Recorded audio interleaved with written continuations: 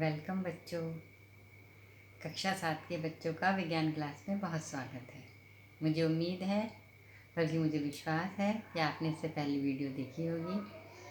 और आज हम जो डिस्कस करने जा रहे हैं वो है विज्ञान ने कृषि के क्षेत्र में, पशुपालन के क्षेत्र में और चिकित्सा के क्षेत्र में क्या क्या परिवर्तन किए हैं। कौन कौन सी नई प्रौद्योगिकी या कौन कौन सी नई तकनीकी आई हैं। जैसे कि कक्षा 6 में आप सभी लोगों ने पढ़ा था कि विज्ञान ने कृषि में हमें ट्रैक्टर दिया है, नलकूप दिया है, अच्छे उन्नत बीज दिए हैं, हमारी जो भूमि है उसकी जांच की सुविधा दी है। इसके अतिरिक्त सीड ड्रिल और कटिंग के लिए भी मशीन दी है, बुआई के लिए भी मशीन दी है, घाई मशीन दी है, सिंचाई के नए नए साधन दिए हैं। इसके अतिरिक्त हम इससे बढ़कर सीखेंगे कि विज्ञान ने और क्या दिया है। पशुपालन के क्षेत्र में क्या दिया है। पशुपालन का क्षेत्र केवल इतना ही नहीं है जितना आप अपने गांव में देखते हैं कि केवल गाय पालते हैं लोग, भैंस पालते हैं या बकरी पालते हैं। तो आइए शुरू करते हैं। विज्ञान के कारण हमारे कृषि के क्षेत्र में बहुत परिवर्तन हुए हैं। जब हमारा देश आज़ाद हुआ था तब हमारे यहाँ इतना पर्याप्त अनाज भी नहीं था कि पूरी जनता उससे अपना पेट भर सकती, और हमें ये अनाज बाहर से मंगवाना पड़ता था। लेकिन फिर हमने विज्ञान के साधनों का प्रयोग किया और हरित क्रांति हुई हमारे देश में, जिससे कि हमारे पास खाने के लिए पर्याप्त अनाज था। ना कि हमारे पास खाने के लिए था, बल्कि अब हम और देशों को उसे निर्यात भी कर सकते थे, बेच भी सकते थे। हरित क्रांति का मतलब होता है कि विज्ञान के नए साधनों, जैसे सिंचाई के नए नए साधन, नलकूप है आपका, नहरें बनाई गई हैं। यहाँ तो आपने नहर नहीं देखी होगी। इसके अतिरिक्त हमें अच्छे बीज मिलने लगे हैं। प्रयोगशाला से, लेबोरेटरी से अच्छे बीज हमें दिए जाते हैं। कीटनाशक हमें प्रोवाइड कराए जाते हैं जिससे कि हमारी फसल अच्छी हो, उसमें कीड़े ना लगें, वो ख़राब ना हो। लेकिन उन कीटनाशक के अतिरिक्त भी हमने एक नई चीज़ सीखी है। अभी पिछले कुछ सालों से वैज्ञानिक अनुसंधान से ये सिद्ध हुआ है कि कीटनाशक हमारे स्वास्थ्य पर प्रतिकूल प्रभाव डालते हैं। तो उनके जगह पे क्या करें कि हमारी फसल भी ख़राब ना हो और हमारा स्वास्थ्य भी ठीक रहे, वो फसल, वो अनाज खाने से। इसके लिए जैविक कृषि का प्रावधान किया गया है। जैविक कृषि का मतलब जैविक कीटनाशक, जैसे हमारा नीम, हम नीम का प्रयोग करते हैं। लहसुन की ऐसे कीटनाशक बनाए जाते हैं। अभी ये थोड़ा सा खर्चीला प्रोसेस है, लेकिन धीरे धीरे बहुत से राज्य इसे अपना रहे हैं। सिक्किम एक ऐसा पहला राज्य है जहाँ जैविक कृषि पूरी तरह की जाती है। पूरे सिक्किम में जैविक कृषि होती है और इसके लिए उसे पुरस्कार भी मिला है। तो जैविक कृषि एक नया अनुसंधान है विज्ञान में कि खतरनाक केमिकल्स का यूज किए बिना, खतरनाक कीटनाशक का प्रयोग किए बिना हम अच्छी फसल प्राप्त कर सकें। कृषि के क्षेत्र में तो कितनी उन्नति हुई है। एक नई प्रगति यह है कि हम ऐसी दो फसलों को मिला लेते हैं कि जिसमें दो अलग अलग गुण हैं, लेकिन दोनों को मिला के वैज्ञानिक प्रयोगशाला में ऐसा बीज बना पाते हैं कि वो दोनों गुण एक ही फसल में आ जाएं।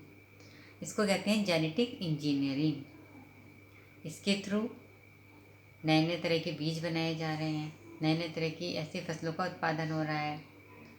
अभी एक चावल का उत्पादन किया गया है जिसमें बहुत सारे प्रोटीन्स, विटामिन्स, मिनरल्स, इस तरह की चीज़ें हैं जो हमारे स्वास्थ्य के लिए अच्छी हों। इसे बीटा राइस कहते हैं। इसमें विटामिन बी होता है, प्रोटीन नहीं होता, विटामिन बी होता है। बेसिकली चावल तो कार्बोहाइड्रेट है, लेकिन उसमें विटामिन की मात्रा को बढ़ाया जा रहा है और ऐसे बहुत से प्रयोग किए जा रहे हैं। तुम्हारे देखते देखते आगे भी कृषि में बहुत सारे नए नए आविष्कार, नई नई खोजें देखने को मिलेंगी। इसके अतिरिक्त हरित क्रांति को भी कई सेगमेंट में बांटा गया है, जैसे कि श्वेत क्रांति। श्वेत क्रांति का अर्थ है जहाँ हमने अपनी दूध का उत्पादन बढ़ाया है पशुपालन के जरिए।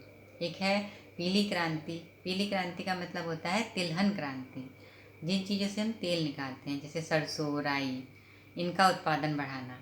इसी तरह एक है भूरी क्रांति। भूरी क्रांति में उर्वरक का उत्पादन बढ़ाया जाता है। इसी तरह है एक नीली क्रांति, इसमें मछली उत्पादन बढ़ाया जाता है। कृषि के साथ पशुपालन जुड़ा हुआ है। पशुओं के बिना कृषि की हम कल्पना नहीं करते थे। अब तो पशु अलग से हमारे लिए व्यवसाय का तरीका है। आपके घरों में भी दूध इकट्ठा होता है, डेयरी पे बेचा जाता है, जो आपकी एक आय का जरिया होता है। इसी तरह अलग अलग पशुओं को पाला जाता है।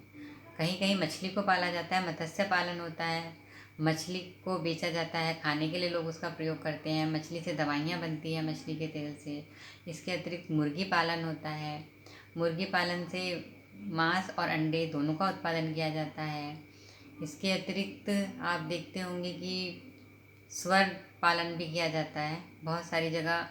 हमारे देश में भी बहुत सारी जगह और विदेशों में तो काफ़ी इसका स्वर्ग का पालन किया जाता है और इसका मांस खाया जाता है। और अभी जो कोरोना वायरस फैला हुआ है, ये भी एक कारण बताया जा रहा है कि शायद ये किसी ऐसे किसी जीव जंतु से आया हो जिसका हम मांस खाते हैं।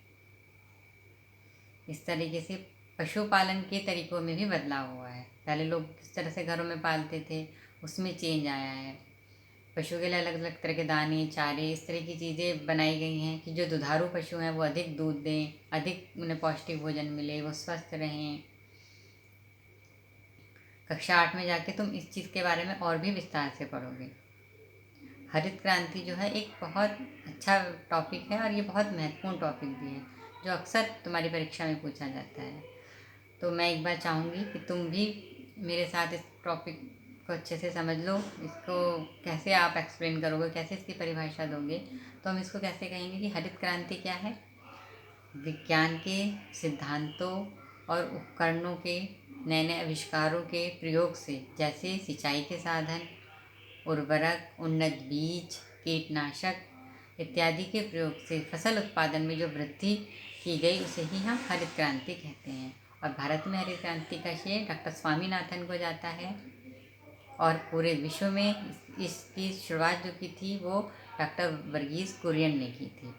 अब ये शब्द तुम्हें थोड़े कठिन मालूम दे रहे होंगे क्योंकि तुम्हारे लिए नए हैं, पर मेरे वीडियो देखने के बाद तुम अपनी किताबें पढ़ोगे तो ये आसानी से पढ़ पाओगे और समझ पाओगे। तो एक बार मैं फिर से तुम्हें बता देती हूँ कि इस वीडियो में हमने क्या सीखा। हमने सीखा विज्ञान ने कृषि और पशुपालन में हमारी क्या मदद की है। विज्ञान ने हमें कृषि में भी उत्पादन बढ़ाने में मदद की है और पशुपालन में भी। कृषि में उसने हमें कीटनाशक दिए और अब जब कीटनाशक का हमें दुष्प्रभाव समझ में आ रहा है तो अब जैविक कृषि का भी एक कॉन्सेप्ट आया है।